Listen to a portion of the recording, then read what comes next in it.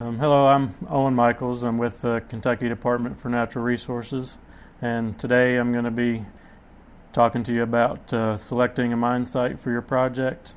I'm going to go through a short PowerPoint presentation, and then I'm going to go on to Google Earth and do a short demonstration just to give you an idea of what you're looking for. Okay. Like I said, to locate your previously mined sites for your project, we're going to use Google Earth. You want to use Google Earth Pro. It has a little bit more capabilities as far as being able to measure areas and stuff like that. As you can see on this first slide, you're looking for areas of grasslands or early growth forests. These can be seen by the different colors from the surrounding forests. Also, they often contain gravel roads that were kept around for the future use of the property owners.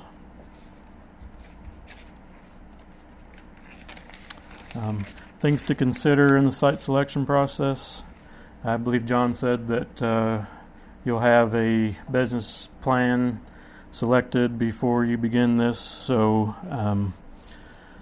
these are the things to look for in your site based on what your business plan is. The first would be location. Do you want to be in areas of high population densities, or do you want to be kind of more out away from people? Are you looking to draw in customers for a service-based business, in which case you'd want to be as near as possible to larger populations? If you have like a noisy business or a dusty business or something like that, you may want to make sure that there are no houses really close to your site. The next one would be size. Just kind of get an idea of how much land you need for your business. If it's a fairly small site that you're needing, you probably won't have to worry about it. Most mine sites are going to be big enough for that. If it's more larger, you're needing a more larger site, like I mentioned earlier, on Google Earth Pro, you can use the measuring tool to calculate the area of sites in order to determine if they are large enough. Another consideration is the terrain of the site. Most mines are located in steep areas, so they may not have a whole lot of flat areas. They usually have flatter benches that were left, or maybe points that were left in more flat. But if you're needing a larger flat area, you're probably going to want to be looking for maybe a mountaintop removal site, or maybe a site in a less steep area, or something more down towards the bottom of a holler, like a loadout or a prep plant or something like that. Next is going to be access to the site. If you're going to have a lot of, like I said, customers coming in, you're going to be trucking in a lot of materials or exporting a lot of stuff from the site, you're going to want to probably be closer to a main road. If this isn't an issue, maybe it doesn't matter if you're kind of out in the middle of nowhere, but you're going to want to think about that. Also, resource availability. Are you going to need timber for your business? Are you going to need a close source of water for cooling purposes or recreation, fishing, stuff like that? You want to be close to major wildlife viewing areas or aesthetically pleasing location, things like that to consider. And then also utilities. You can look on Google Earth to see if there are power lines nearby, or if they're nearby to a lot of houses, you're most likely going to have access to city water, natural gas, things like that.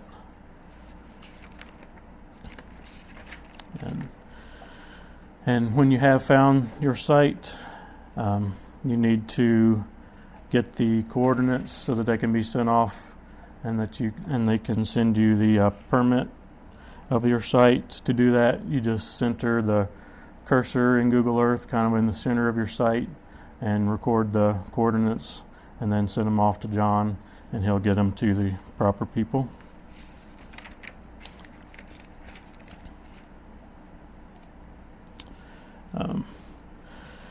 Next, DNR will take these coordinates and put them into ArcMap, and be able to pull up what permit or permits that your site is located on.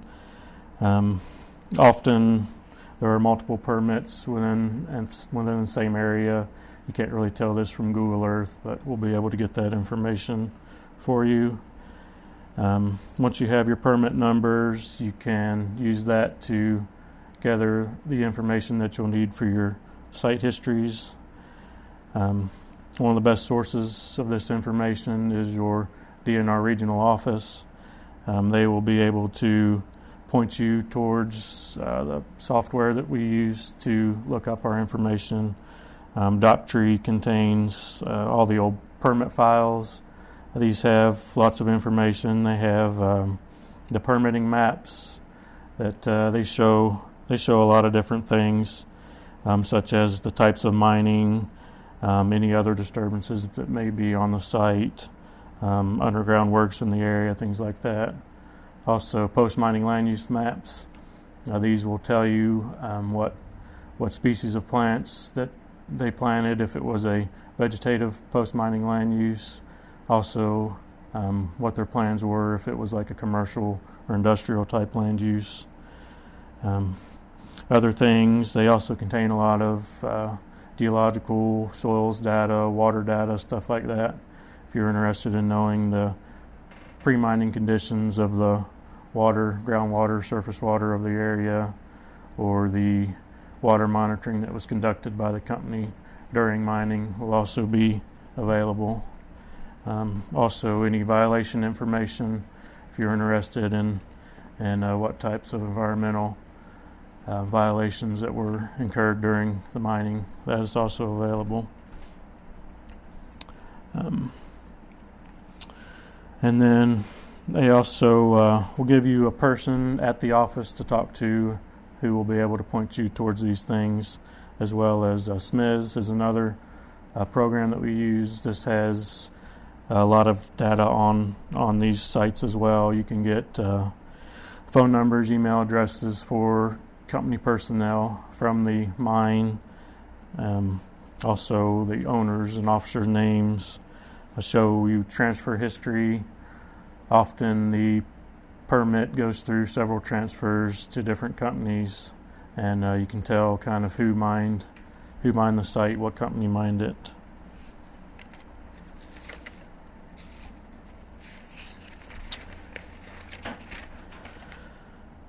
Other sources for site information. You can speak to any other staff at the DNR regional office. If it's a relatively newer reclaimed site, there's probably an inspector that worked there and inspected the site while it was active. They can likely give you information about the site, maybe some contact information for some company personnel. You can also contact the mining company owners or employees that work there. This will probably be your best source of information for certain things, like the amount of personnel that worked on the site, the amount of coal that was mined, and that sort of thing. Landowners may also be able to tell you about what happened on their land. If you have family and friends that worked on the site, it would also be a good source of information. They can tell you about mining history or put you into contact with others. And then also just an internet search may also provide you with information about the company and some information about your site. And then one of the best ways is to just visit the site. This will give you a better understanding of what's on the ground there, kind of help you visualize your business and what you can do with your site.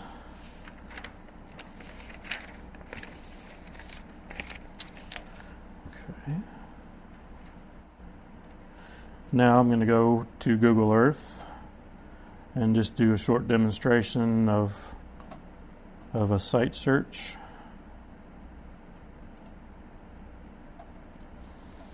Okay, I've got Google Earth Pro open. I'm just going to search for Cumberland, Kentucky. Okay, and it zooms me in on Cumberland. And just looking around, you can kind of drag the screen around and look.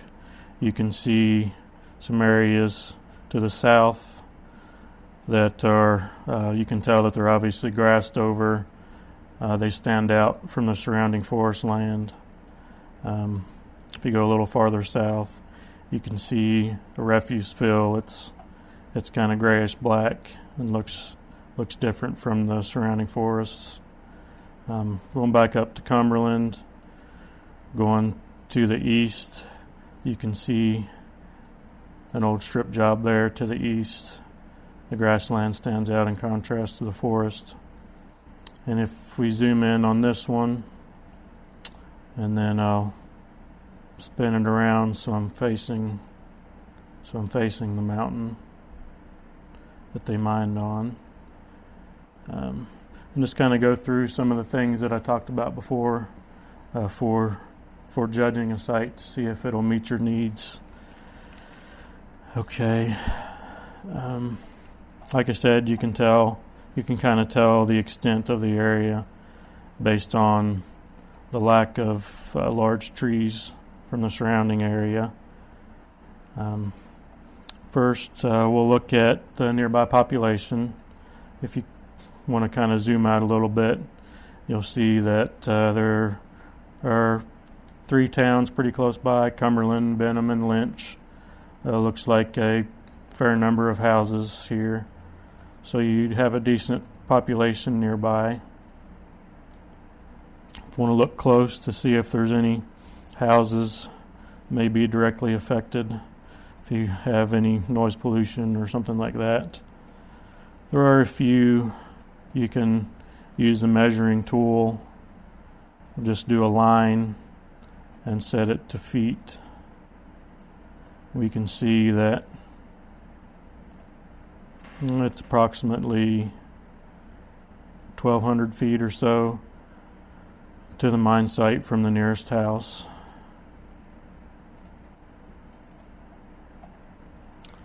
And zooming out a little bit, if we want to just get a general area, a general idea of the overall area of the site, we'll go back to the measuring tool, click on polygon, and change the area to acres,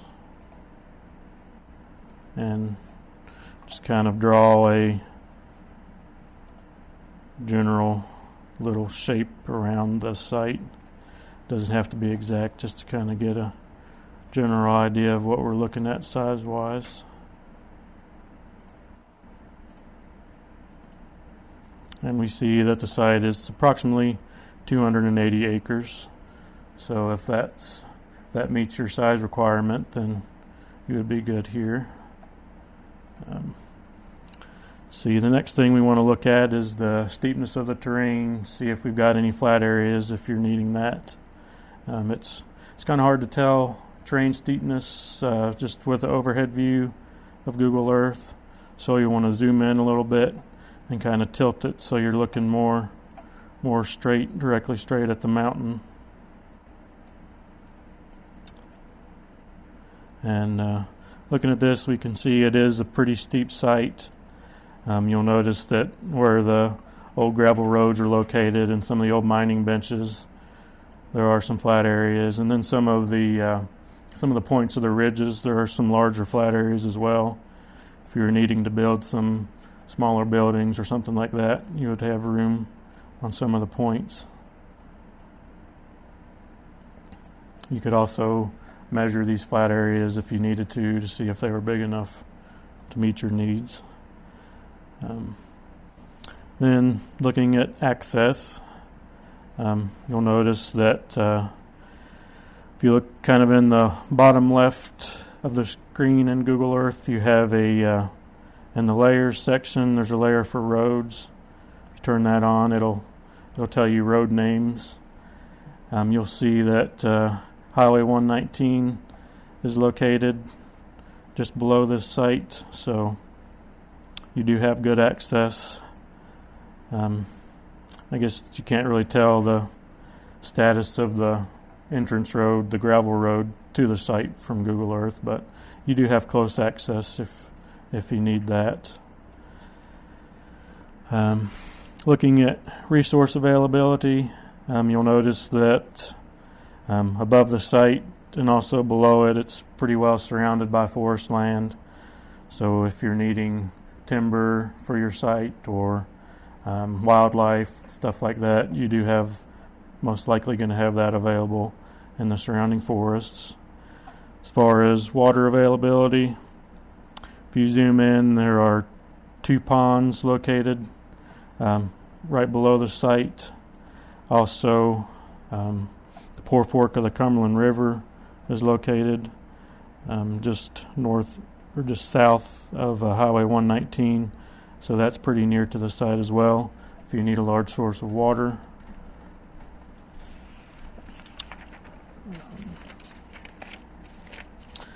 If you're wanting a good view, you can kind of spin it around and look at what kind of view you would have.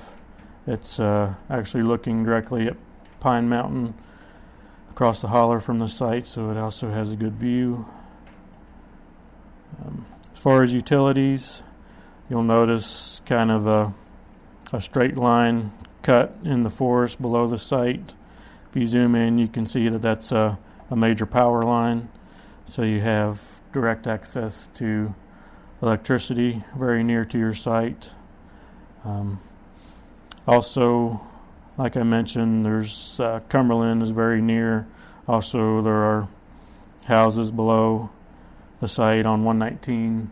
That's a major highway. You can be pretty sure that there's city water, natural gas available if that's something that you're going to need.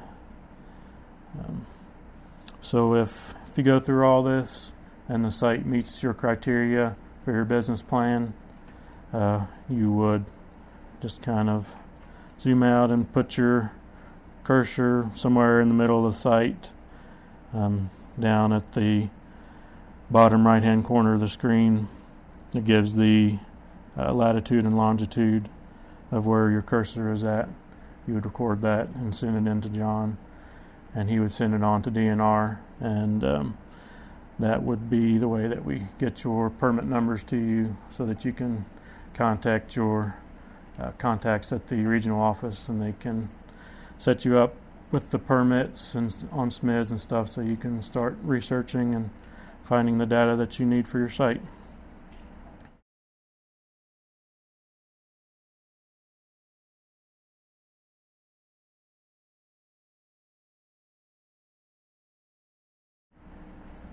I think it kind of depends on your business idea. You just want to kind of consider the aspects that I talked about, kind of think about which one may be most important to your business idea. For example, if you're going to have a manufacturing business of some kind and you're going to be hauling in a lot of materials and exporting a lot of product, you want to make sure that your site access is your main focus of your site selection. If you're going to have like an outdoor recreation area, your terrain or your surrounding features might be your most important aspect. Do you have forests to have hiking trails on, or forests to contain wildlife, ponds for fishing or swimming or stuff like that? So probably just more of a business idea thing, just kind of deciding which one is most important to your idea.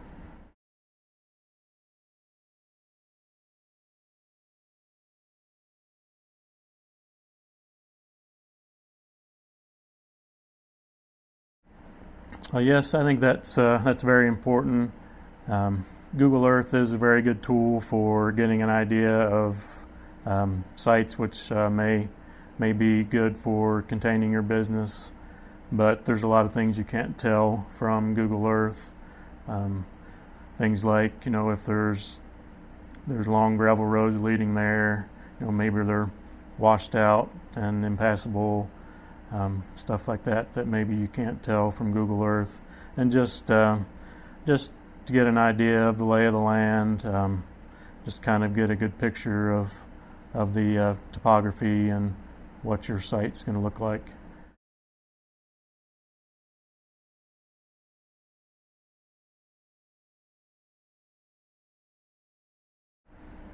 To find the owner, one of the best ways is kind of the things I mentioned in the PowerPoint, looking through the permit package or in SMIS for owners of the company that mined it.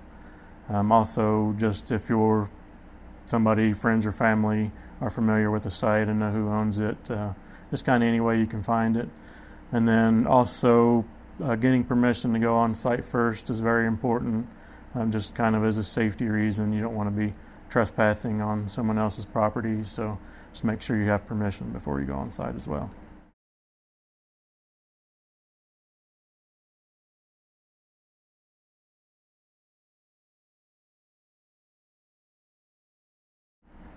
Okay, I guess looking at Google Earth, if you see kind of a large grassed area, it's pretty uniform. That's almost certainly going to be a strip mine site. If it's more of just a lot of roads kind of cut out through the forest with there's still some bigger trees remaining that you can see, that's going to be a logging site because they don't clear the land and kind of reshape it back to what it was and just plant it in grass. So it's usually fairly easy to tell. Maybe if it's a much older site with large trees, it might not be as easy. But just that's kind of the way to tell.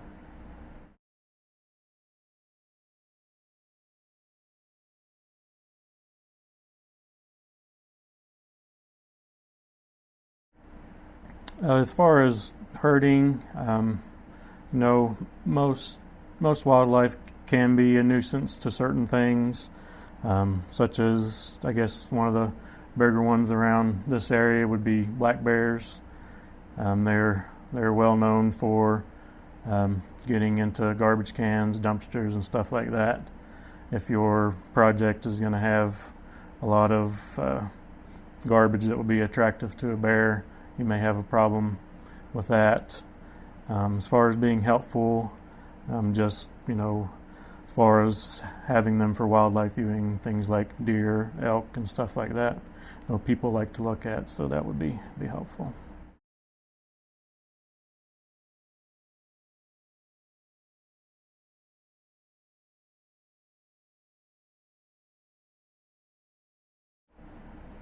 The best way would be just to get your questions to John, and he can send them to me, and I can get an answer back to him, and he'll get it to you, and we'll try to get them all answered.